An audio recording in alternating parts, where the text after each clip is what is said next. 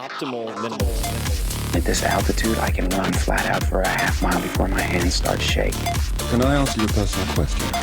Now would seem an appropriate time. What if I did the opposite? I'm a cybernetic organism, living tissue over metal endoskeleton. Ferriss Show. This episode is brought to you by Audible, which I've used for years. I love audiobooks, and I have two to recommend right off the bat. Number one is perhaps my favorite audiobook of all time, and that is The Graveyard Book by Neil Gaiman, the only audiobook I've wanted to immediately listen to a second time as soon as I finished. It's amazing. You will thank me.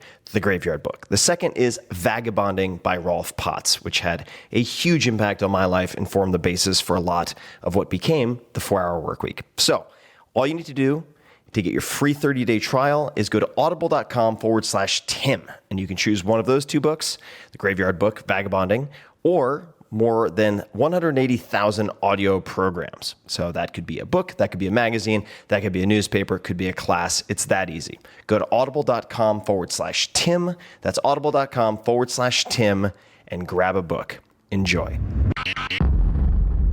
This episode is brought to you by 99 Designs. 99 Designs is a great partner for creating and growing your business. It's a one-stop shop for all of your graphic design needs, whether that's a logo, website, business card, or anything else. I use 99 Designs to get book cover prototypes for the 4-Hour Body, which went on to become a #1 New York Times bestseller, and I also use them for banner ads, illustrations, and other things. With 99 Designs, designers around the world compete to create the best design for you. You give feedback and then pick your favorite. You end up happy or you get your money back. It's very simple. You can check out a few of my own designs and those of yours, meaning Tim Ferriss Show listeners, at 99designs.com/Tim. And right now, my listeners, you guys, will get a free $99 upgrade on your first design. That's 99designs.com/Tim. Check it out. Hello, my friendly little mogwai. This is Tim Ferriss, and welcome to another episode of the Tim Ferriss Show. I'm very excited about this one, folks. I've wanted to do it for a long time. It took about a year and a half to set up. And of course, every episode is my job to try to deconstruct world-class performers, to tease out the perspectives, habits, routines, favorite books, etc., that make them as good at what they do as they are. This episode, we have Marc Andreessen at PMarca, PMARCA on Twitter. He is a legendary figure here in Silicon Valley and indeed worldwide. Even in the epicenter of tech, it's hard to find a more fascinating icon. Marc co-created the highly influential Mosaic Internet browser, the first widely used graphical web browser. He also co-founded Netscape, which later sold to AOL for $4.2 billion with a B, and then co-founded Loudcloud, which sold as Opsware to Hewlett Packard for $1.6 billion. He is considered one of the founding fathers of the modern internet. This all makes him one of the few humans ever to create software categories used by more than 1 billion people, also one of the few who's established multiple billion-dollar companies. He's now a co-founder and general partner of the venture capital firm Andreessen Horowitz, where he's quickly become one of the most influential and dominant tech investors in the world. Now, I want to try to keep this short, but it's hard. And I think you'll enjoy at least what I'm about to read. So we refer to an email in this conversation, and our conversation took place at the Sand Hill Road offices of Andreessen Horowitz. We refer to an email from Marc to Ben Horowitz, an exchange. And this is how it reads, because we don't dig into it in the interview. This is page 13 in The Hard Thing About Hard Things by Ben Horowitz, which is a great book. To Marc Andreessen. This is after a media interview where Ben felt that Marc disclosed the company's strategy prematurely. To Marc Andreessen from Ben Horowitz. Subject, launch. I guess we're not going to wait until the 5th to launch the strategy, period. Signed, Ben. Within 15 minutes, this is Ben, received the following reply. To Ben Horowitz, CC, bunch of folks, from Marc Andreessen. Subject, launch. Apparently you do not understand how serious the situation is. We are getting killed out there. Our current product is radically worse than the competition. We've had nothing to say for months. As a result, we've lost over $3 billion in market capitalization. We are now in danger of losing the entire company, and it's all server products management's fault. Next time, do the fucking interview yourself. Fuck you, Marc. So We get into some really fun stuff in this interview that I don't think Marc has discussed in many places. We talk about his epic debate versus Peter Thiel. We talk about all of the usual questions: favorite books that he's gifted to other people, favorite documentaries, movies, morning rituals, what he would put on a billboard, etc. We talk about rules for investing, what he does in partner meetings to make people defend ideas or propose ideas. We talk about AI. We talk about the future of Bitcoin, drones, who to watch. We talk about what he would teach in a 9th or 10th grade class, advice to his younger self, what he misses about the mid-90s internet and how he might recreate it, how he thinks about or handles FOMO. It goes on and on. We really had an extremely detailed and rich conversation, and I hope you enjoy it. And please do say hi to Marc. He's very active on Twitter at PMarca, P-M-A-R-C-A. Without further ado, please enjoy. Marc, welcome to the show. Thanks, Tim. I am so thrilled to be here. I've been hoping to make this happen for quite some time, and I figure we'll just jump into it. Awesome. So the first question is strong opinions loosely held. You're associated with that expression. Can you explain what that means? Yeah, so it's kind of a mentality. It's a mentality around how to start a company for sure, and it's a mentality of how to invest for sure. And I think it's a mentality that's probably helpful in a lot of other areas of life. And so it's kind of this. I'm drawn to paradoxes. I'm drawn to kind of, or is it the philosophical term? It's like a thesis, antithesis, synthesis kind of thing. And so, because a lot of people in the Valley have very strong theories, and then the problem is they carry them too far because there's a countervailing theories, right? So you kind of yin and yang kind of thing. And so strong views. So strong views is very important, right? So most people go through life and basically never develop strong views on things or specifically go along and basically buy into the consensus. And so one of the things I think you want to look for as both a founder and as an investor is you want to look for things that are out of consensus, right? So, something very much opposed to the conventional wisdom, which sounds easy, hard to do, but you want to try to do it. And then if you're going to start a company around that, if you're going to invest in that, you'd better have strong conviction because you're making a very big bet of time or money or both. The problem is, okay, it's a strong view. Great. Okay. What happens when the world changes, right? What happens when like something else happens? Right. And basically the way the world works kind of in business and investing and other places is just when you think you have everything figured out that everything changes, right? So this sort of system evolves and things happen. And so what do you do what do you do when the world changes? And there, what you just see everywhere, I think, in the world and everywhere in business, everywhere investing, are people just hate changing their minds. People just it's just like people get locked, or, you see it in politics all the time as well. People just get locked into a point of view on things. And then you get you get all these biases like confirmation bias where people feel like they have to, well, it's the thing in politics where flip-flopping, right, is viewed as bad. Right. So take it as an example. Politician who flip-flops is viewed as bad and sort of weak and probably evil.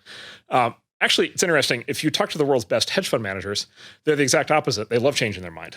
Like I'm one of the few people who will openly admit I love spending time with hedge fund managers. I think they're awesome. I think they're I feel the same way. They're fantastic people, and they are the most open-minded people I know. And they love when you tell them that they're wrong. They get all excited. Their eyes light up, and they're like, "Oh, why? Why do you think that?" And they're genuinely interested because if you're right and they're wrong, they will change their minds, and they will. They're hedge fund managers. They'll literally reverse the trade. They're long in a company. They'll flip around and go short on it. They're totally fine with that. And that's how it works. And so what I carry away from that is it's the weakly held part, which is convicted, new facts, change. Mm-hmm. Right. But it's a paradox, right? Or it's a tension because those are antithetical, it's determination coupled with flexibility, like they're antithetical.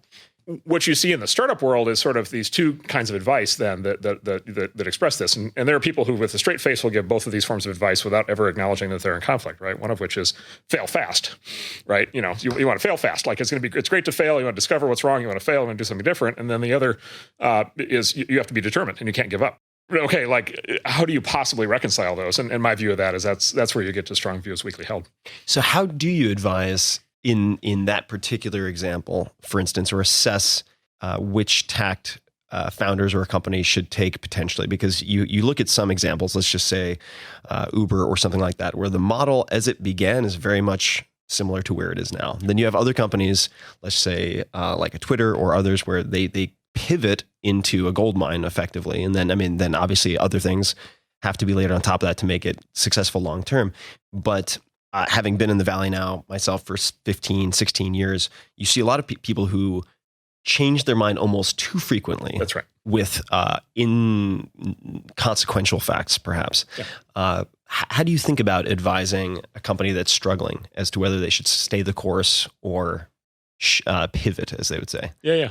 So we see both cases. We see both cases, both failure cases. We see companies that are just they're almost, it's fail fast thing is frankly completely out of hand. And I'm old fashioned. Where I come from, people like to succeed. Like it's like, right. I like to say, like before this word pivot, like we didn't have, like when I was a founder, when I first started out, we didn't have the word pivot, right? We didn't have a fancy word for it. We just called it a fuck up, right? And so like, I'm old fashioned on this. Like I like to succeed. I think succeeding should be the goal, not failing, and certainly not failing fast or slow or any other form of failing. So I get really kind of cranked up about this. But we do see companies that literally every time I meet them, they pivoted. Like, and so every time I meet them, they're off to something new. And it's like I don't know, it's like watching a rabbit go through a maze or something. They're just never going to converge in anything because they're never going to put the time into actually figuring it out and getting it right. But then you do see the other case, and this is what where the fail fast thing came from. Is you do see the other case. You see people who just absolutely are determined will just pound their head against the same wall for years and years and years and years. And and you admire them for the determination, and then at a certain point it just becomes obstinance, right? And then and at some point it becomes self-destructiveness. It becomes Don Quixote. You're just tilting against windmills, kind of arbitrarily. And so those are poles. We do see behavior at the poles. The question you're asking is, of course, the key question, which is like, okay, what's in the middle? How do you know? And frankly, I don't think there's an answer to that. I think the answer is judgment. I think that's the test. Basically, there's a couple key tests for founders, or for that matter, for investors in these kinds of decisions. I think that's one of the really core tests is, do you fundamentally have the judgment to be able to make that call? Knowing, by the way, that either way could be a big mistake. Like, nobody's going to tell you, you're not going to get any confirmation from anybody that, oh yeah, you made the right call. Like that, you're not going to realize, like, if you change and then succeed, it's all great. But by the way, you might have succeeded with the old thing even better. If you change and fail, you'll never know whether the old thing would have worked. Like, the counterfactual, like, science, they call it the counterfactual. You never know the counterfactual. The way my brain is wired, I'm always thinking in terms of the counterfactuals. I'm always thinking in terms of the way things could have been, right? The world evolved in a certain way, kind of as a consequence of people making all these decisions on the fly. People could have very easily made a different set of decisions. The world could have ended up in a very different place. And so the idea that you're ever going to know the consequence of your decision, I think, is probably a fallacy, or what the alternative would have been, right? Like the relative result of your decision. And so I just think you basically have to fall back on judgment, and you have to fall back on some sense of the intangibles. And when you're looking to, say, stress test ideas, and if we look at it in, say, the case of a partner meeting here. So you mentioned hedge fund managers, and I read a profile of Ray Dalio at one point. I guess it's Bridgewater Capital. And they talked about his meetings and how they stress test ideas and how people need to defend ideas. How does a good partner meeting go? If someone, say, proposes, I was going to say an investment that is a substantial investment. Yeah. What then happens from that point to a yes or a no decision? So we don't get to, hedge fund manager can reverse himself. A hedge fund manager, right. Bad trade, the next day he can turn around and take the opposite trade. We don't get to do that, right? So when we invest, it's knowing that we're in for 10 plus years, basically, is our assumption. So and by the way, when we make an investment decision, it's a commitment of dollars. It's also a commitment of somebody's time, and by the way, the organization's time and bandwidth, and there's right. only so much of that. And then the other thing we have in venture is when we make a decision, we then become committed to that company in that category, and so we can't invest in their competitors, including, by the way, their competitors who don't even exist yet, right? And so, for example, the investors in Friendster were more likely than not completely not only maybe unwilling, but also unable to invest in Facebook when it came along because they were conflicted. Because the founder of Friendster would have said, you can't invest in a competitive company. And so our decisions are big decisions, and they have serious consequences for the future of the firm. So on the one hand, it's very important to us to have a full discussion and get all the facts on the table and really kind of vet these things out. On the other hand, we're trying to preserve. We're trying to preserve the contrarianism of kind of at the core of what we do, the strong non-consensus views. We're trying to be able to invest in the things that really are unusual and odd that other people aren't taking seriously. And one of our theories about venture capital is that, so everybody thinks like in investing, it's like you either make a good investment or a bad investment. I actually think that's not the big issue. I think the issue, at least in venture capital, is whether you make a good investment or a great investment. And I think good is the enemy of great. We see many companies that are just fine and that are, founders are good and the market seems good and the product seems good and the customers kind of like it and they got a little revenue and it's kind of all fine. but those companies tend to never go anywhere. And then every once in a while, we'll see these companies that just have some extremely strong strength, some extremely kind of, special, wonderful thing going on that, by the way, may have all kinds of problems and issues, but there's something at the core of what it is that's really special and magical. And those are the ones that we want to do. What we're trying to do is basically stock our portfolio with just investments like that. And so to capture that, you can't have, it'd be very easy in a conversation about the weaknesses of something to beat the idea to death, and you never invest. And so the rule that we have, and then you would only invest in the consensus ones. You'd only invest in the very good ones as opposed to the great ones, and then you would fail as a firm. So we have to we have to do, again, both things at the same time. We have to try really hard to encourage the strong non-consensus thinking, but also have the full discussion to make sure that we really stress test that thinking. So the way we do it is basically each of our GPs has the ability to pull the trigger on a deal without a vote or without consensus. And basically what we say is if the person closest to the deal has a very strong degree of positive, commitment, enthusiasm about it, then we should do that investment, even if everybody else in the room thinks this is the stupidest thing they've ever heard of. However, you don't get to just go do that yourself completely on your own without stress testing your own thinking. And so it's the responsibility of everybody else in the room to stress test the thinking. And if necessary, we actually create a red team, right? We'll actually formally create sort of the countervailing force, and we'll designate some set of people to counter argue the other side. And so then it's like a debate team. Yeah, basically, right. And then the way that we try to, and this is fraught with there's all kinds of ways this can go wrong, because what if I bring in a deal, or what if Ben brings in a deal, or what versus the new person bringing a deal, or whatever. And so what Ben and I try to do is we do this to each other, right? And so whenever he brings in a deal, I just beat the shit out of it, right? Just and I may think it's the best idea I've ever heard of, and I'll just trash the crap out of it, right? And try to get everybody else to pile on. And then at the end of it, if he's still pounding the table saying, no, this is the thing, then we all say, okay, we're all in, we're all behind you, right? And then it's a disagree and commit, kind of culture. By the way, he does the same thing to me. Right. So we basically, it's the torture test. What are some of the keys to fighting well I think it seems key to many different types of relationships, personal, business, or otherwise, the ability to sort of conflict resolve or just fight well and then make up. So it seems like you and Ben have, not my words, but fought like cats and dogs. But you always kind of get over it. We prefer old married couple. Yeah. There is a story, I don't know if it's accurate, about Netscape early days, something related to an interview with a journalist. Do you know the story I'm talking about? It's in Ben's book. Okay, so right, that's okay. Here we go. Including the email you're about to reference. All right, so could you describe this for people who are unfamiliar? I really think you got to read. You got to read Ben's book. Let's just say we started out our relationship with vigorous disagreement. And we've continued that to this day. But how do you? This is a family podcast. I don't want to use it. Oh, it's not a family podcast. If you want all the bad words, Ben's book, The Hard Thing About Hard Things, it's in the book. And I'll put it in the show notes. How do you? I mean, you guys got off to a very aggressive start. How did you identify that Ben was someone worth having those types of disputes with? That there was a value in what he brought to the table, as opposed to just another person that you were butting heads with, who is not worth keeping at the table. So honestly, there were three things. So one is he would talk back to me, so he would argue right back at me. He wouldn't just go into the fetal position. He wouldn't just roll over. He would argue right back. And a lot of what you see this. I mean, if you just observe a lot of companies over time, or investment firms, or whatever, everything, there's a temptation. Everything wants to become a hierarchy, and then the people always have trepidations about speaking truth to power.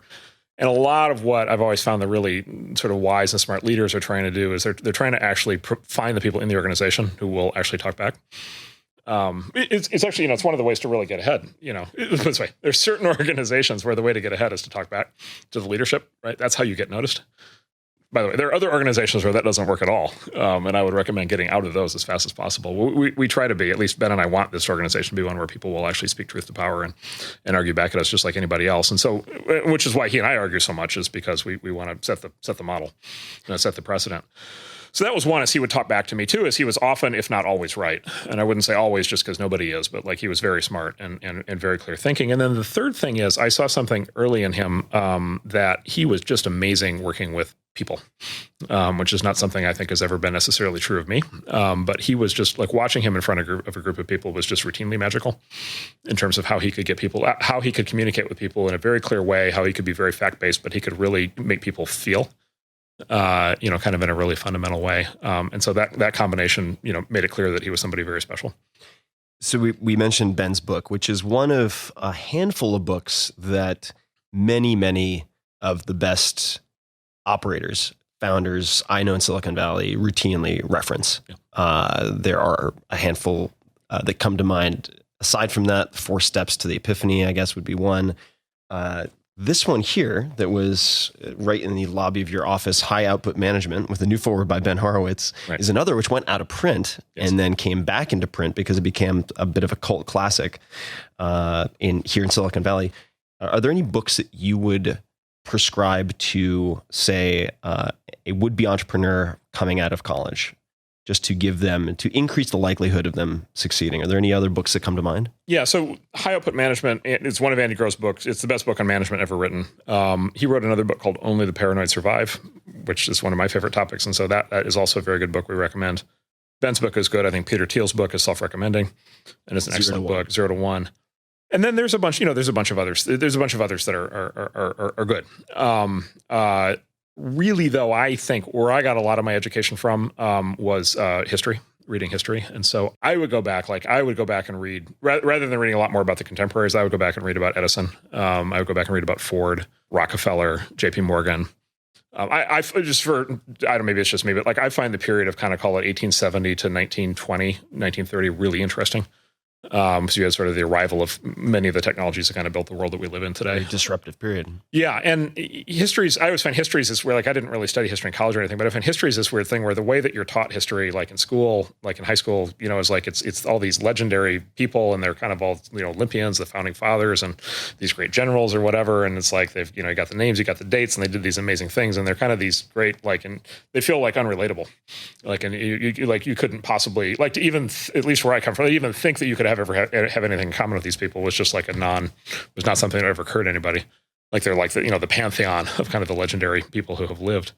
And I just found the really well-written biographies that get you inside the heads of what it was like to be Walt Disney at age 20, right? Or what it was like to be, Carnegie or Mellon or Ford, or what it was like to be, for that matter, William Randolph Hearst, or, these people we've all heard of, the really good biographers are really good at getting inside the head of what it was like to be them then, before they became before they became the people who ultimately made it into the history books. And honestly, a lot of stuff, a lot of things have changed, but a lot of things haven't changed. People haven't changed a bit.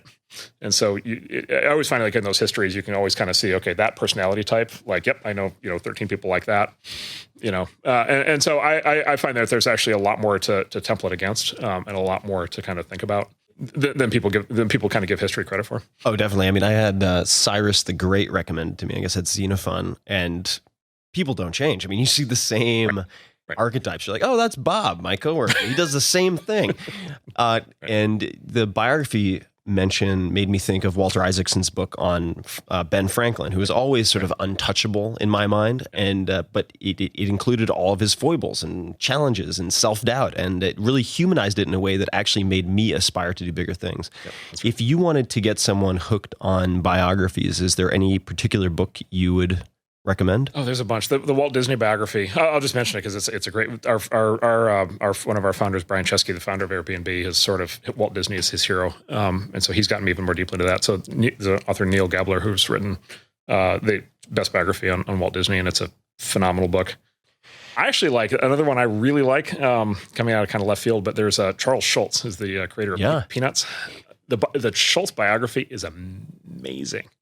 And basically the case that he makes is that biographer makes the case that Peanuts was the longest continuous work of American art ever made. It was a 60-year art project with deep foundations in American history and psychology and philosophy, and so it was a reflection of the life, of the person who made it. And of course, it was also Peanuts is a great entrepreneurial accomplishment because, it was this very personal thing, but at the same time, it became this gigantic business success. So I think that one is great. The Wizard of Menlo Park is a great biography of Edison. And Edison was kind of proto-Silicon Valley in a lot of ways. And I think he's really interesting to his record of sustained innovation in many, many different areas, and how he then went out to try to commercialize things Good news is we are much better at the commercialization part now than people were in those days. We know how to build the companies much better now, but the pace, he would just routinely invent things like the phonograph, like just it was just obvious, right, to him. Yeah. And he did that, for decades. He was a fountain of innovation, and it's a very inspiring story. The Netscape story, we touched on it very briefly, and there are many places people can read about that, so I don't want to take up too much time. But on a related note, I wanted to ask, is there anything you miss about mid-90s internet? Oh, yes. And what would it be? Yeah. So when I got to the Valley in 1993, 1994, I thought I had missed the whole thing. Because I thought the PC, I had studied the history, and I used all this stuff in college. And I thought, the PC, I knew, Apple and Microsoft up in Seattle, but Intel down here, and then all these great, all the big software companies at the time, Novell and Lotus and all these companies, the game, EA, the gaming companies. The great PC companies had gotten built in the 70s and 80s, right? And by the 90s, by the time the 90s arrived, the PC was done, it was finished, and you could go buy one, and it was great, but it was done. And in fact, the overwhelming mood in the Valley when I arrived was that it was done. The PC was done. And by the way, the Valley was probably done because there was nothing else to do. And then there was this moment where I and, various people, and then more people, and then more people, for whatever reason, it was kind of we really wrapped our heads around the implication of the internet, which today seems obvious, but at the time was a very contrarian. When I got to Silicon Valley, if you had said the internet will become a mainstream consumer medium that 3 billion people are going to use worldwide for all forms of human activity, you would have been laughed at. You would have been institutionalized. People would have laughed at you. And so as we figured that out, then what happened was it was okay, new frontier. Right. And it was part of it goes back to the kind of history thing. For a long time, the development of the United States, the new frontier was whatever was further west. Right. And then eventually they got all the way to California, and then they have the gold rush. And then there was famous kind of theme in American history is the closing of the frontier. It's a theme of every Western, right? That every revisionist Western that gets made is there's no more frontier. The radicals can't go any further west. They'll drown in the ocean.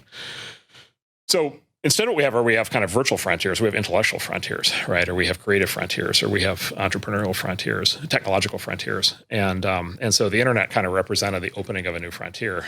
And once we recognized that, it was aha, brand new. And then at that point, and that was where all the enthusiasm came from, because it was that point of okay, if that's going to happen, then, what do we have to do? And at that point, right, the list becomes very exciting. We have to do e-commerce. We have to do online publishing. We have to do transactions. We have to do, social networking. We have to do auctions. We have to do, right, all of the big franchise companies that came out of, the next, 10, 15, 20, we have to do search, right?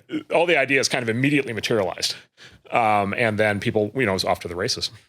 Is there anything comparable right now for you? So I think, in my view, there always is. The thing is, these things look like cults and fringe activities until they break mainstream.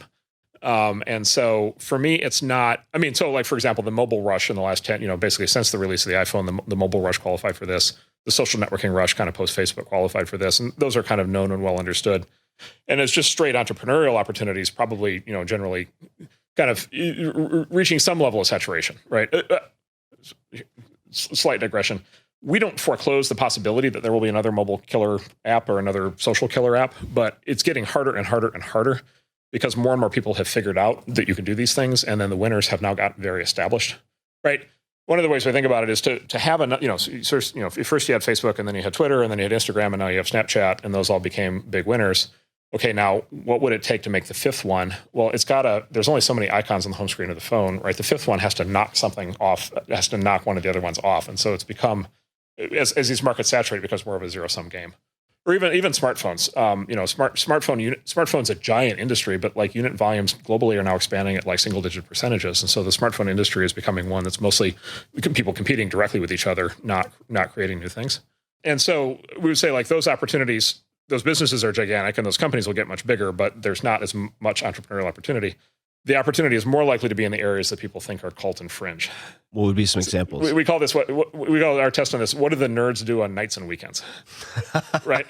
Their day job, the day job is I work at Oracle, or I work at Salesforce.com or Adobe or Apple or Intel or one of these companies, or I'm just I work in an insurance company, or I work at a bank or whatever. Or I'm a student, whatever. That's fine. They go do whatever they need to do to make a living. It's the question is what's the hobby? What's the thing at night or on the weekends? So then things get really interesting, right? So then you look at like things like cryptocurrency, Bitcoin. You look at things like a lot of the new advances. There's the whole area of kind of health hacking. Quantified self is a very interesting new area. There's food. There's kind of you've actually been part of the catalyst for this, but there's this whole kind of area of like scientific food and food hacking that's emerging. There is a revolution actually happening, I think, in robotics because robotics has finally become something tractable where people can do it at home. There's AI. Deep learning is right on the tipping point. You can now download, as a hobbyist, you can now download this thing called TensorFlow from Google. TensorFlow, and which is a deep learning framework. It's a framework for doing AI. It's in the field of AI. It's for how computers can kind of deal with the real world and do things like self-driving cars or self-flying drones or all these things. This is technology. It was 5 years ago, it didn't really work. 2 years ago, you would have had to have been an employee at one of 3 or 4 big companies to have access to this technology. And then Google just open sourced it. And so now anybody in the world can download it and run it on their own computer. So all of a sudden, like AI is like a tractable thing that you can just have on your own laptop and you can build new things on top of. You want to build a bot, you can build a bot. You want to build a self-driving. We backed a founder who literally built himself his own self-driving car. I read about it. Right, George. And by the way, you should interview. But literally, one guy can now build a self-driving car. Right. 10 years ago, this is like a DARPA-funded, like grand challenge, like research project. 5 years ago, this is a team of 1,000 at Google, and now it's George. Right. And so that's an example of the kind of thing where it just looks like it's going to tip. And then, there's one George today, there will be 1,000 Georges tomorrow. Do you think the dangers of AI that some people talk about are overblown? Completely. 100%. Yes. Can you elaborate? All the many things I worry about, the machines rising up and killing us. Luddite fallacy. It's not actually. It's related. It's related to the Luddite fallacy. It's sharply related. It's the Promethean fallacy. There's something deep seated in human psychology where we are always going to invent the thing that's going to kill us. And at one point, or we're going to unlock.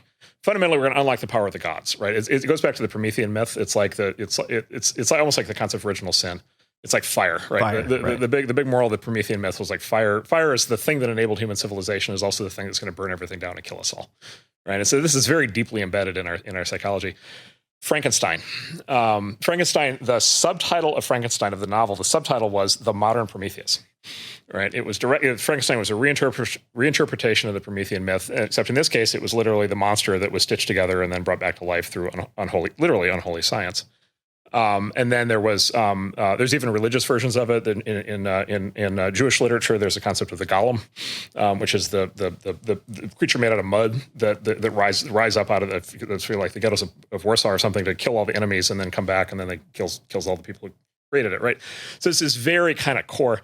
John Henry, the steel driving man. Right. John Henry is the famous. There's a song or the sort of story about the railroad worker, and there's the machine that can hammer in the railroad spikes faster than a human can. And John Henry's famous showdown between him and the machine. And of course, he wins and then drops dead of a heart attack. Right. And it's critical in the myth that he drops dead of a heart attack, right? Because technology has to get its revenge.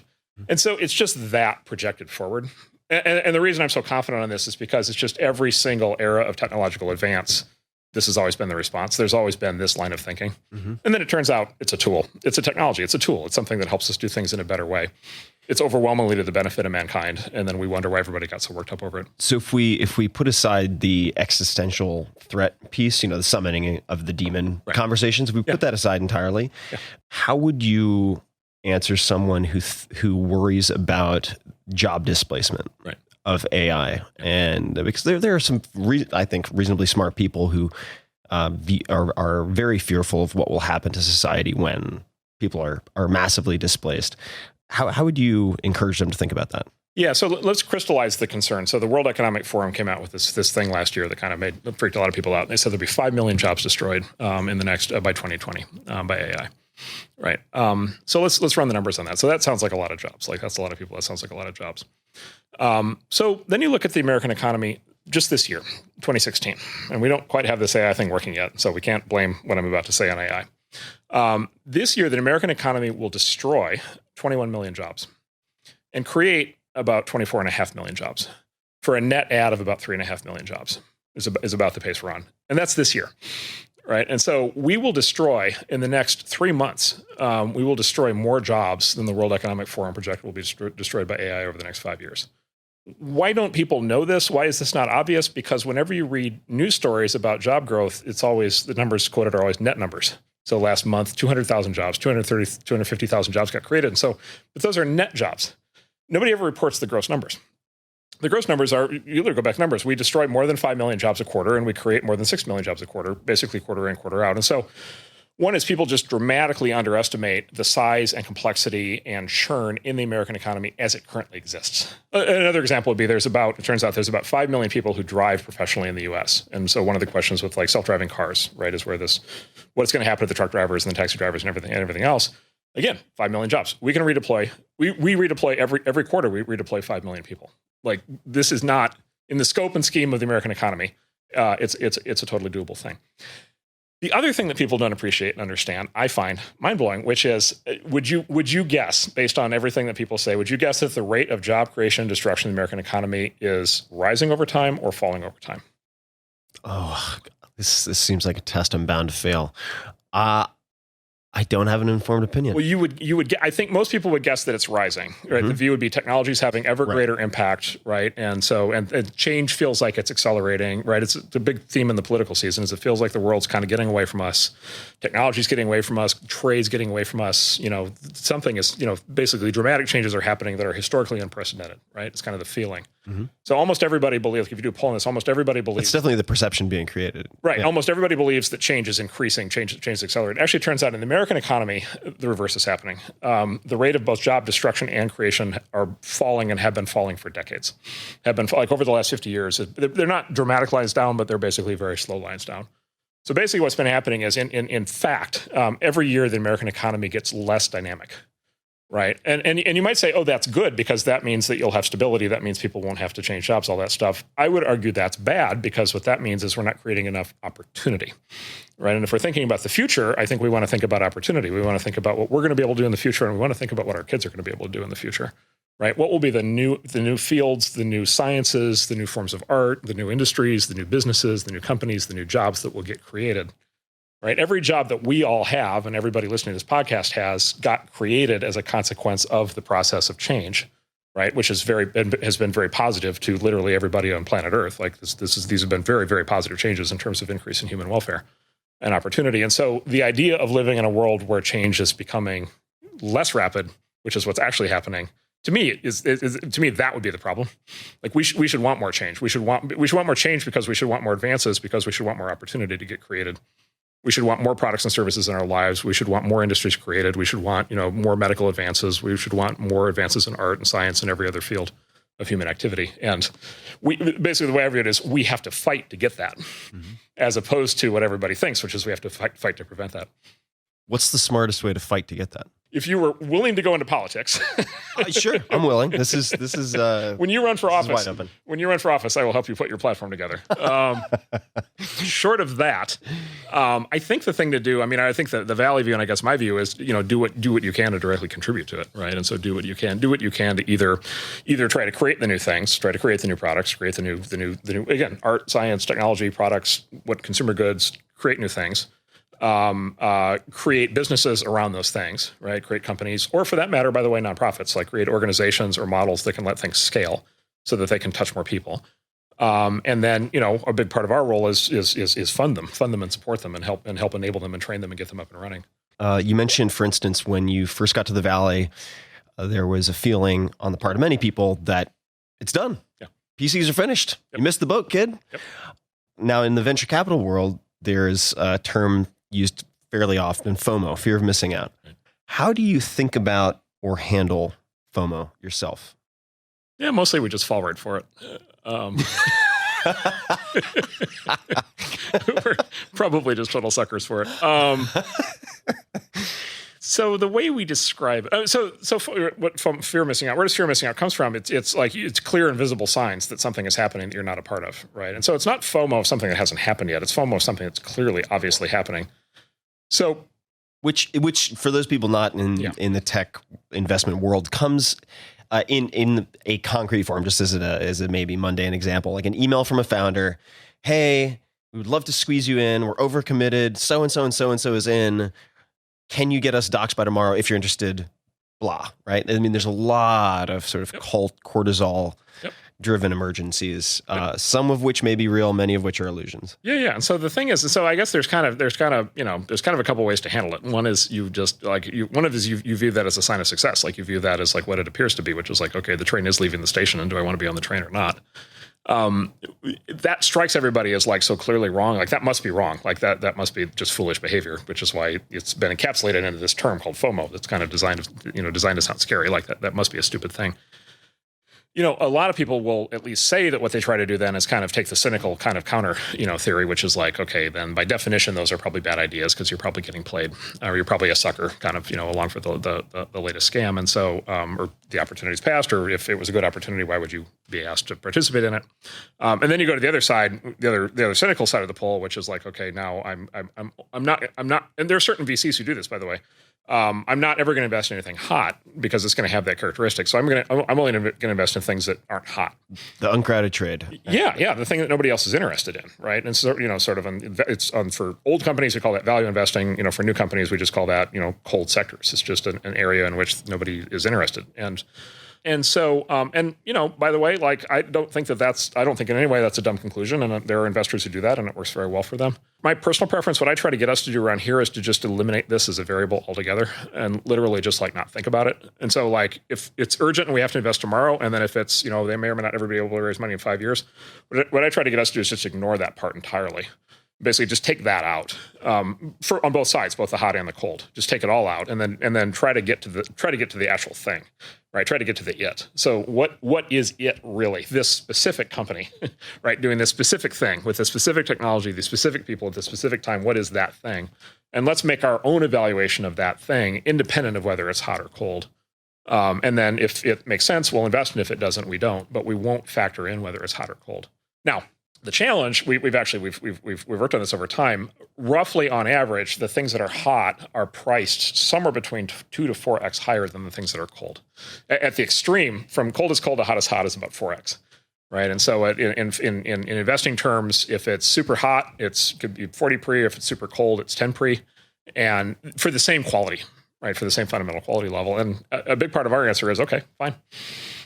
Like it's fine. If we're going to invest, we'll invest on market terms. If the market terms are 10 because it's cold, we'll invest there. If the market terms are 40 because it's hot, we'll invest there. But we've made our own decision about whether to invest. Mm-hmm. So we just try to strip it away. Got it.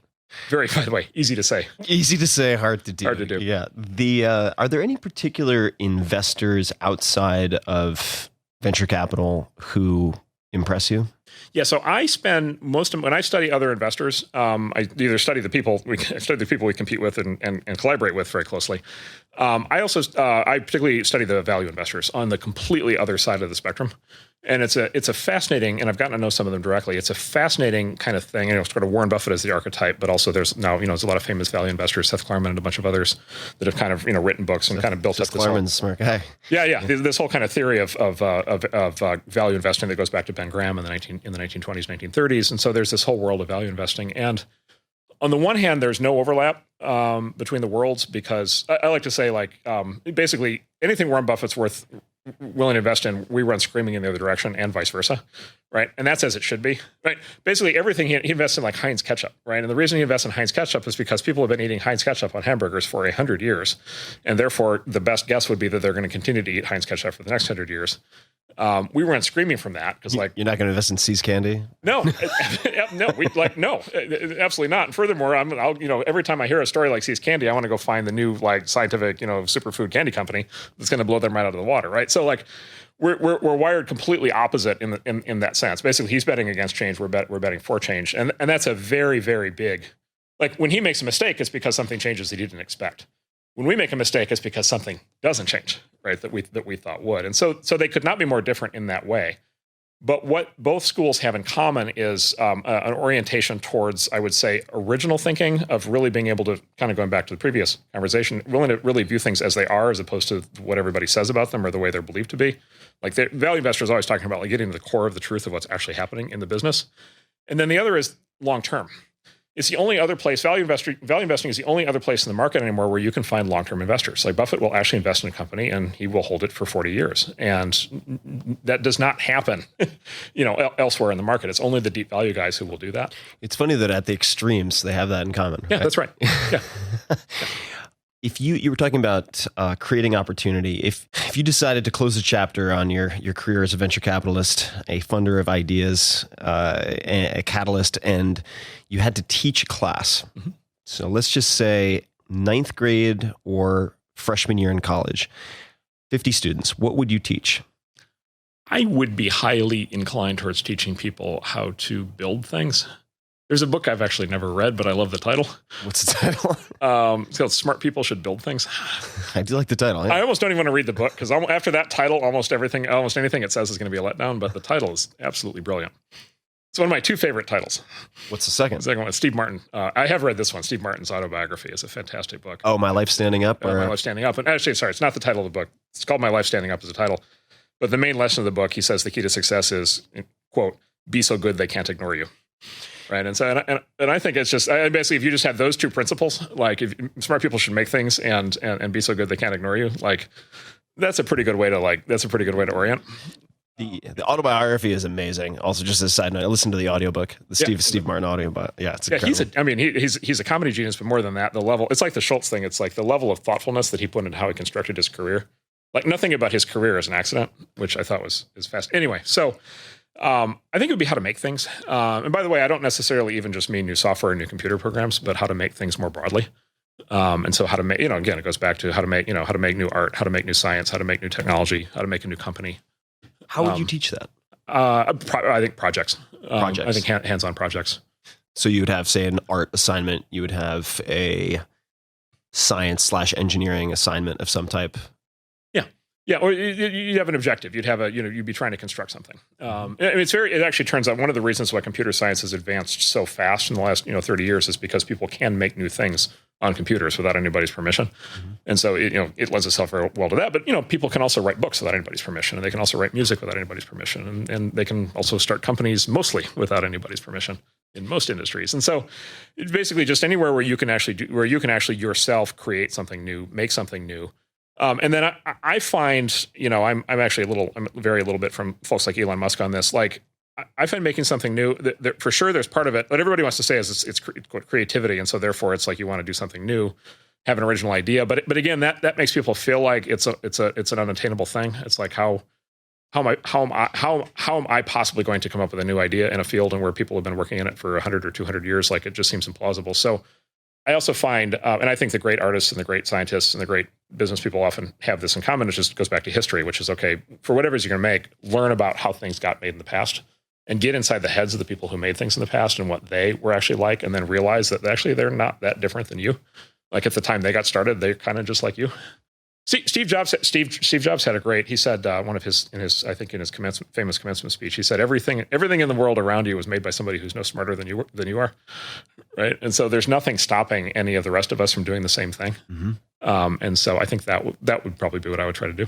Maybe a boring left turn, but I'm interested to ask, and that is, what are the companies or who are the people you're watching most closely in AI, drones, and cryptocurrency? Yeah. So I'm very proud of, we have a bunch of companies that we put our, like to say, we conflict of interest or put your money where your mouth is. We have both.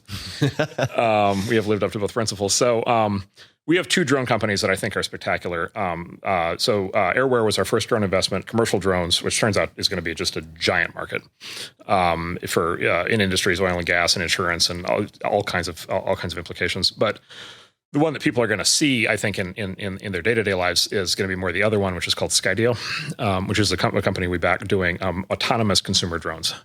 This is going to be a very big advance in what you can do at the kind of hobbyist level. What does an autonomous consumer drone do? Whatever you tell it. Got it. Okay. And so they haven't rolled out the product yet, and so I don't want to spoil too much of the surprise. Sure. But it's basically it's a drone that can fully fly itself. It doesn't require remote control, and so it can be given assignments, and it will go carry out those assignments, and it can fly through tree branches, it can fly through power lines. It can fly through underground parking garages without any collisions. It can pilot itself, which is, if you've tried flying any of the current drones, they don't work that way. Hard to do. Yes. It's an exercise in how quickly you crash it. And so that technology is about to tip and become very widely usable. And so that's very exciting. So there's that. I'm sorry to interrupt. Yeah, but sure. Commercial drones for insurance. Yeah. So What would be an example? Yeah, residential insurance. Residential insurance. You get an insurance inspector. You're new construction. You're remodeling or building a new house, and there's you're going to get the insurance company's going to insure it. They do an inspection. The inspection involves a person climbing up on the roof and hopefully not falling off, right? And taking a bunch of notes on a clipboard and writing up a bunch of stuff. And it actually turns out to be it's a fairly dangerous job. Mm-hmm. Or another example, cell tower inspection. There's all these cell towers. There's 30,000 or something cell towers in the U.S. They all need to get inspected. Inspection literally is a dude on cables, right? And some of these are big towers. And then you get to oil and gas, you get to a drilling rig, you got to inspect that thing. Okay. Try climbing up to the top of an oil and gas rig, right? These are dangerous things. Lethal professionals. Right. These are, yeah. And so, what if you could just fly the drone? What if you could literally do the entire thing by air, right? What if the inspector just rolled up to the house and just took the drone out of the back seat and just launched up in the air, and the drone flies a pattern above the house, takes comprehensive 2D photographs of everything, and then creates a 3D representation from the 2D photographs, which you can now do, and then does all the recognition, elevations, everything, materials, figures everything out, and then the guy's literally the inspector's sitting in the driveway in the car, with the air conditioning on, in no danger, safe and sound. Yeah, and so that kind of thing. Or there's another. I'll give you another. Nobody's doing this yet, but somebody's going to. So if you're a cop on the beat, 2 a.m, and you get a call that there's a convenience store and somebody's broken into the convenience store, you have to go do the check. The check involves going and seeing whether the lights and all this stuff and broken glass, but you also have to check the roof. And checking the roof is actually a very important thing, because if there's a bad guy and they saw the cops coming, they might have climbed up on the roof and they might have a gun and they might shoot at you. And so you got to go clear the roof. And so what do? You get your flashlight and your gun and you climb the ladder and you poke your head up and you hope that nobody's on the roof. Hope no one plays whack-a-mole with your head with a revolver. Yes, exactly. Right. And so what could we do to help that? How about every police car have a drone in the back seat, and you get to the thing, and from a safe distance you launch the drone, and the drone does an infrared camera sweep, right, of the roof, right before you even walk up to the thing. Mm-hmm. Right. And by the way, if there's a bad guy on the roof, what if the drone recognizes, okay, there's a person on the roof, and what if the drone locks onto that person and then just basically follows that person wherever they go? Mm-hmm. And they rabbit, they run for it, and the drone is right there 10 feet above, following them the entire time. Right. So all of a sudden, just the job of beat cop becomes a lot safer. Mm-hmm. And so, this, by the way, even goes back to the question you asked, which is isn't AI a threat? And it's no. This is a case. The way those drones are going to work is those are powered by AI. This is all based on deep learning. This new technology, this new AI. It's the same technology, by the way, that was just used in that Go in the famous now Go thing where the Google AI beat the human player. Master, yeah. It's the same technology, and it's just going to get used for drones. And these are going to be things in our lives that we are just going to be able to rely on to be able to make our lives safer and better. And we're just going to take them completely for granted, and we're going to work in combination with them, and we're going to be really glad we had them, and we're going to be completely unwilling to go back to a world where we didn't have them. And it's just going to be obvious. Mm-hmm. It's just we have to get it. We have to get this stuff in people's hands before they can really, I think, really fully see it. What do most people not understand about cryptocurrency? I think it's just so a couple things. So this will not come as a surprise to you. I thought I understood it, and I really didn't. Money gets people really cranked up. Yes, it does. The entire concept of money is probably the single, I don't know, maybe after God, it's the single most emotionally loaded concept that we have in humanity. Money makes people mad under any circumstances on any topic related to money, right? And it's just because it's such something that we all rely on, and it's something that we always think is being, there's always this sense of unfairness. And so money gets people really cranked up. And so I think that there's sort of the idea of cryptocurrency and blockchain and this kind of new idea of distributed trust in the internet. And then there is this application of that technology, which is a very fundamental application, which is a new kind of money. I think most people are unable to just simply objectively, dispassionately look at the mechanics of how it works without almost getting preemptively upset, just angry. How dare the nerds come up with some new form of money? This has got to be, there has got to be something wrong with this, right? And I will now attempt to find, the 30 possible things that could be wrong with this until I find one that basically proves that this can't possibly work, because obviously it violates the laws of nature and government and, whatever. And somehow I'm going to come out on the wrong side of this. People just get, and by the way, I'm not even just talking about regular people. I'm also talking bank CEOs just are furious. You bring up Bitcoin and they're just they just get really upset. And I'm like, did you get upset about your new toaster? Like, it's just a technology. Like, it's just a thing. And you can study it and you can learn about it and you can think about it and then you'll either conclude it's good or not. But like, it's not going to bite you. Like, it's just a thing. Right. And so like the way I look at it, it goes back to like, it's just a thing. It's just, we now have this idea of cryptocurrency. It's a fundamentally new and very important idea.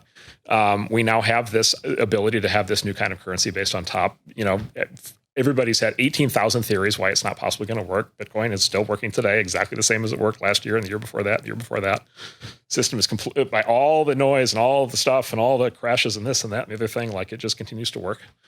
It just is. Mm-hmm. Like it's becoming, it's becoming like air or water. It just is. Like it or hate it, it just is. And so anyway, we're still very excited. We're very excited, and we are going to continue to make new investments against it. Are there of your current investments or non-investments? Are there particular companies that you think are breaking new ground or doing interesting things in crypto? Yeah. Coinbase is our sort of our big bet that most people have, as a company that most people have heard of. It's kind of the easiest way to buy and sell Bitcoin, and they have a whole bunch of stuff they're doing. And then we have this company 21, with a really brilliant founder. Balaji Srinivasan, who was actually was a partner here. Very smart guy. Very, very smart guy. And he has the highest output per minute of new ideas of anybody I've ever met in my life. And by the way, I mean output per minute. Oh, I've been at a few dinners with him, and it's hilarious to just watch the outpouring. Yes. Especially after 1 or 2 glasses of wine, it's astonishing. Yeah, I mean, yeah. He's like an Edison. For me, he's like an Edison kind of character. It's just literally thousands of ideas, and then it's whatever percentage of the ideas that he can personally get to, right? And then he'll give the other ideas to everybody else, and then wonder why they're not pursuing them, which is often a good question. And then the next time you meet him, he'll have 1,000 new ideas. And so his company, people can read about it if they want, but it's done a bunch of interesting things. He has a whole additional set of ideas he's pursuing now. I went to this thing up north, and I drove back, and I was on the phone with him for 2 hours, in the middle of the night, driving, on the freeway. Balaji in my ear, idea number 38. I was like, this is awesome. Could be worse use of time, Yeah. That's good. Yeah. That's good food for thought. Yeah. On food for thought, what advice would you give to Mark, the 20-something at Netscape? And you can pick the time. I've never for a moment even thought about that. I don't do do replays well. It goes to this history. Like, I don't do replays well in this. I like, the question I'll never answer is, what would you do? What would you have done differently had you known X? And I never ever play that game because you didn't know X. Right. And so, I don't know, have you ever read, was it the Elvis Cole novels? The great crime novelist, Michael Crace, there's his book, his novel. Elvis Cole is this kind of postmodern LA private detective. They're great novels. And he's got this partner, Joe Pike. It's my favorite fictional character, maybe of all time. Joe Pike. Is a former Marine Force Recon guy. So it's a lot like your friend Chaco. Yeah. And in the novels, Joe Pike has he always wears the same outfit every day. He wears jeans. He wears a sweatshirt with the sleeves cut off and mirrored aviator sunglasses. Love them already. And he's got bright red arrows tattooed on his deltoids, pointing forward. And basically, his entire thing is forward. So that's how you feel. We don't stop. We don't slow down. We don't revisit past decisions. We don't second guess. And so, yeah, I actually, honestly, that question I have no idea how to answer. I think you just did. Okay, good. Onward. When you think of the word successful, who's the first person who comes to mind, and why? Oh, geez, that's a great example. That's a great question. I mean, honestly, my father-in-law, for one, who's could be the subject of a whole podcast himself. Can you give us a taste of why that is? He's an amazing guy, John Arriaga. He is one of the small handful of people who basically built Silicon Valley. And so he has an amazing life story, but just to do the short version is he went to Stanford. He went to Stanford on a basketball scholarship in the 1950s. Grew up in a very poor part of the country. Got a basketball scholarship, studied, got a bachelor's in geography from Stanford. You may have not ever in your life met a lot of people who have a bachelor's degree in geography. I've not. They abolished the major the year he got his degree. Abolished. That's a strong word. Wow. He became a real estate broker, commercial real estate broker in like 1958, when the Valley was all orchards. Within 2 years, he was making 10 times more money buying and developing properties as he was as a broker. And his boss fired him because he was making all the other brokers feel bad. So he, starting at it's basically continuously from 1960 to today, he's been one of the biggest developers in Silicon Valley.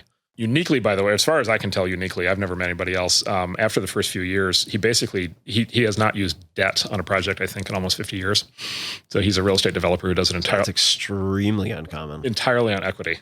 And basically it was he and there's a small handful of him and his contemporaries who basically literally built the Valley.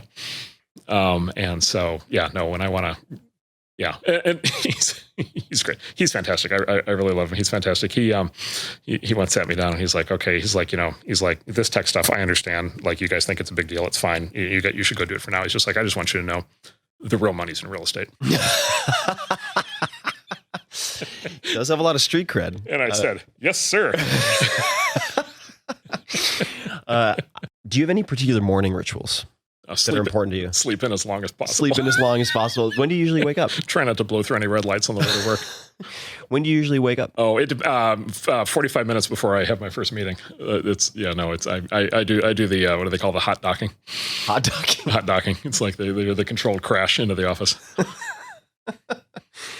It's not. Yeah, no. You read these things. It's the 14 things successful people do in the morning. Like, I can't even imagine.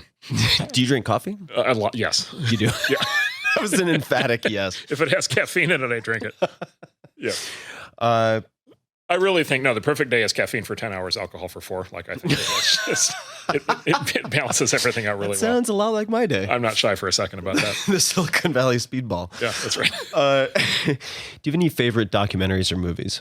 I have lots of favorite movies. I don't know where to start. What have you seen? Actually, in the last 20 years, in the last 10 years, really, it's TV, even more than movies. Okay. Any favorites? Well, the Holy Trinity. So, Mr. Robot, which I just think is absolute genius. If you can ever go, you should get him sometime. Get the guy. He's great. Sam. I have never met him. You've probably read about him, heard about him. Yeah. So he's directing. He's written and he's personally directing all 10 episodes of the new season. So it's going to be. I think he would win. He actually made a movie, but like he's definitely going to win Oscars or whatever it is people win. And then Halt and Catch Fire. I'm not familiar with that. Halt and Catch Fire is extraordinary. It's the best fictional portrayal of what a tech startup is actually like. Halt and Catch Fire. So there was the title is there was a mythical IBM mainframe days. There was a mythical instruction that is sort of an urban legend that there was a specific piece of code that you could write that would cause the computer to stop and then catch on fire. It's like the Mission Impossible command. Yeah, and I don't think it was ever really verified for sure whether or not it existed, but it kind of became this mythical thing. And so it's the story. Actually, it's loosely the story of the birth of the PC, and particularly it's sort of based on how the company Compaq got built in Houston. It's set in Texas. But it's basically the birth of a new computer company. But it's it's funny because the reviews are funny. So it's a historical piece. It's very serious drama. So it gets compared to Mad Men and shows like that. It's set in the office and the personal lives of everybody. And it's funny because the critics reviewed it and they said, it all seems superheated. Like it's all too, like the melodrama is too exaggerated of like all the stuff that happens. And everybody I know in the Valley who's seen it is like, no, that's actually what it's like. That's actually 100% what it's like. And like, I knew that guy and I saw that thing happen and I saw that person blow up that way. It's like Ben's book. Same. Yeah, exactly. Yeah.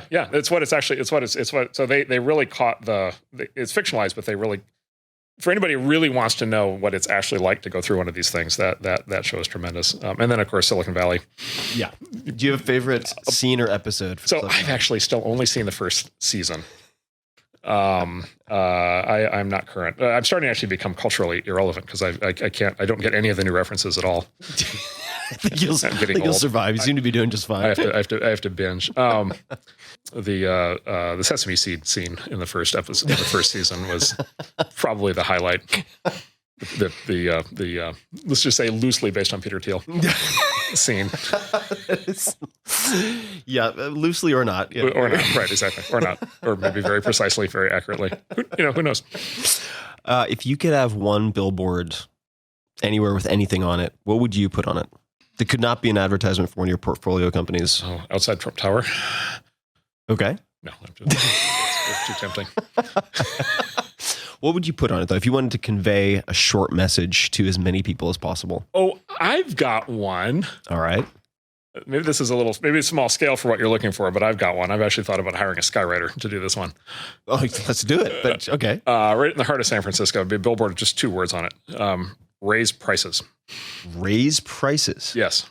Can you explain? The number one thing, just the theme, and we just see it everywhere, the number one theme of our companies have when they get really struggling is they are not charging enough for their product. It has become absolutely conventional wisdom in Silicon Valley that the way to succeed is to price your product as low as possible, and then under the theory that if it's low priced, everybody can buy it, and that's how you get to volume. And we just see over and over and over again people failing with that because they get into the problem we call too hungry to eat. They don't charge enough for their product to be able to afford the sales and marketing required to actually get anybody to buy it. Right. And so they can't hire the sales rep. They can't afford to hire the sales rep to go sell the product. They can't afford to buy the whatever TV commercial, whatever it is. They cannot afford to go acquire the customers. Too hungry to eat. They're too hungry to eat. And then they sit there, they don't sell anything. And then they don't sell anything and they get nervous and upset. And then they cut the prices. And then it's a race to the bottom. Which just makes the problem worse. Yeah. And so probably the single number one thing we try to get our companies to do is like raise prices. Raise prices. Yep. So the last... And by the way, it's like, okay, like, is your product any good if people won't pay more for it? Exactly. It's like you get good litmus test. Good litmus test, right? Last 2 questions. What have you changed your mind about in the last few years? That's a good question. So one is I'll just give you a very practical one. We didn't do any healthcare related stuff here, investments here. And we've now done a almost complete 180 on that. And we're now very deep into health because we think a bunch of really interesting things are happening. And that was a response to like the hedge fund thing I was telling you. Like that was a response. We just basically had very smart founders coming through here, basically telling us we were dumb. Like, and by the way, they were right. Like we just hadn't figured it out yet. And so we got serious about it a couple of years ago, and we have this guy Vijay Pandey he's a former Stanford professor running this program now for us, and it's extraordinary what's happening at the kind of intersection of healthcare and computer science. So there's a lot that's happening there. The thing that I'm probably think about the most that I am still trying to work out in my own head is that a combination of Peter Thiel, Larry Page, and Elon Musk in different ways have provoked a fundamental conversation in the Valley around, kind of the sort of moonshots, the big challenges. And so, Elon, why can't we build self-driving cars? Why can't we have new kinds of rocket ships? Why can't we literally go to Mars? Why can't we cure cancer? Why can't we, do nuclear fusion? Why can't, long list of things, that are big things. We talked about earlier a little bit, like Silicon Valley has always viewed itself a little bit in the tools business, right? Or a lot in the tools business. Silicon Valley has been getting more and more assertive, entering more and more industries directly, right? So like Uber, Lyft entering directly into transportation, Airbnb entering directly into real estate, fintech companies entering directly into banking. So our companies are getting more assertive at going into markets that previously they may not, other founders may not have been willing to go into in the past. And then Larry, Elon, and Peter basically all say in different ways, like, we're still not doing enough. There are these much bigger things to be done. And why are we waiting for either governments to do them or for large industrial companies like GE to do them or for, research universities to figure them out? Like, why can't we do these things? There's one school of thought that says they're simply too hard. They're simply too hard. They're too daunting. They're too expensive. They're too different. They don't have Moore's law on their side. Like there's a reason we haven't been doing them. It's because they're too difficult. And then there's another school of thought that says, that's just being a wimp, and you should go try to do all these things. Because if we're not going to do it, really, who is? And then I'm trying to find, is there something in the middle? Like, what are the shades of gray? Mm-hmm. Right. What's the line? Right. What's the line where, Tesla, what's the line where Tesla made sense, but, a Tesla that flies didn't make sense. Like, right. And there's a line in there somewhere, I think. Right. Or maybe Peter's right. And maybe there isn't a line, and maybe the next Tesla should be one that flies. Right. And so to me, that's the provocative thing. Cause it's a question about stretching the limits. How far, Icarus myth. Yeah. How far can we stretch the limits of what we can do before our wings melt, right? And it strikes me also that, you mentioned Peter. So we wanted flying cars and we got 140 characters. There were a lot of questions from fans asking how would he suggest people, entrepreneurs, be encouraged to say solve the big problems versus making social media networks, et cetera. And I think you made a point actually in a debate with Peter at one point, maybe it was at the Milken conference, could have been elsewhere, that Twitter, and I would agree with you as one example, the 140 characters, has been world changing in a lot of ways. I mean, you look at political activism, you look at many different examples when you have adoption that is that wide, that global, free with the emergent properties are just unpredictable. I mean, you get some incredible use cases, including political revolutions. Exactly. Right. Yeah. Last question. Oh, sorry. Go ahead. So it was a debate at the Milken conference, which is one of my shining moments. I prepared for weeks for that debate. Yeah. Knowing Peter wasn't going to prepare at all. And I bring that up because I think I was actually able to go toe to toe with him, but I had to sandbag him to do it. He was absolutely shocked that I had prepared for it. I really enjoyed the conversation. That was one of my great debating moments. Is I could almost keep up with Peter. It's actually funny. His whole slogan the slogan of his firm, which is, as you said, we were promised flying cars. Instead, we got 140 characters. It's actually interesting. He will immediately concede that both of those are actually not the point. So he immediately concedes that flying cars probably don't make sense, and then he immediately concedes that Twitter probably is more important than like just being dismissed like that. And so he just basically says the slogan is just to provoke the conversation. Mm-hmm. But to your point, it does provoke the conversation, and I actually think you're right. I think you're right. I think it provokes the conversation from both sides, which is okay. Why don't we have the other maybe flying cars are not, but why don't we have nuclear fusion? Why don't we have like all these other things? Why don't we have supersonic flight? Right. Like we had the Concorde. Now we don't even have the Concorde. Like, seriously, it takes 9 hours to get to London? Like, really? Right? I mean, I think it's a very relevant question. And then, but I also think it provokes the thing on the other side, which is I think the computer stuff, communication stuff, like Twitter and all these other things. Peter flatly says the iPhone doesn't count as innovation, and I just think that's too far, right? I think iPhone absolutely counts as innovation. I think it's one of the most important products ever developed. I think the impact on the world is absolutely enormous and growing. And so I think there's a tendency to write off the stuff that built the Valley, and I don't agree with that. I think there's a lot more to do in the core of what we do. The last question is: do you have any ask or request of my audience, people listening? Anything you'd like them to consider, ponder, do? So first of all, they should all for sure work for our companies. And so please come to our website, a16z.com. We have jobs. We have job listings. We'd like to get everybody in our orbit. Anybody smart enough to listen to your podcast, we definitely want to work for our companies. There's some smart ones out there. And then, I would say build new things. And then if it's something that needs, if it's a business that's promising that needs money, we're open for business. Mark, any last places you'd like people to check you out online? Where can they say hello? Oh, Twitter. Twitter's good. Twitter. At PMarca. At PMarca, PMAR. Is that from your Unix handle way back in the day? It's an old joke. Okay. We had a boss one time who was so important that he had both his he had his public email address and he has P with his name behind it, which is his private email address. So we thought that was a little bit too much. And so we all gave ourselves P, but nobody knew who we were. And then it stuck. Perfect. Well, everybody check out the Andreessen Horowitz website. I'll put that in the show notes as well. You should also check out their podcast, which I've greatly enjoyed. You can start with, one that I really enjoyed was the sort of deconstructing Amazon episode. And thank you so much for the time, Mark. This has been a blast. I really appreciate it. Thanks, Tim. And to everyone listening, you can find all the links and everything else in the show notes, which you can find at 4hourworkweek.com/podcast. And until next time, thank you for listening. This episode is brought to you by 99 Designs. 99 Designs is a great partner for creating and growing your business. It's a one-stop shop for all of your graphic design needs, whether that's a logo, website, business card, or anything else. I used 99 Designs to get book cover prototypes for the 4-Hour Body, which went on to become a #1 New York Times bestseller. I also use them for banner ads, illustrations, and other things. With 99 Designs, designers around the world compete to create the best design for you. You give feedback and then pick your favorite. You end up happy or you get your money back. It's very simple. You can check out a few of my own designs and those of yours, meaning Tim Ferriss Show listeners, at 99designs.com/Tim. And right now, my listeners, you guys, will get a free $99 upgrade on your first design. That's 99designs.com/Tim. Check it out. This episode is brought to you by Audible, which I've used for years. I love audiobooks, and I have 2 to recommend right off the bat. Number 1 is perhaps my favorite audiobook of all time, and that is The Graveyard Book by Neil Gaiman, the only audiobook I've wanted to immediately listen to a second time as soon as I finished.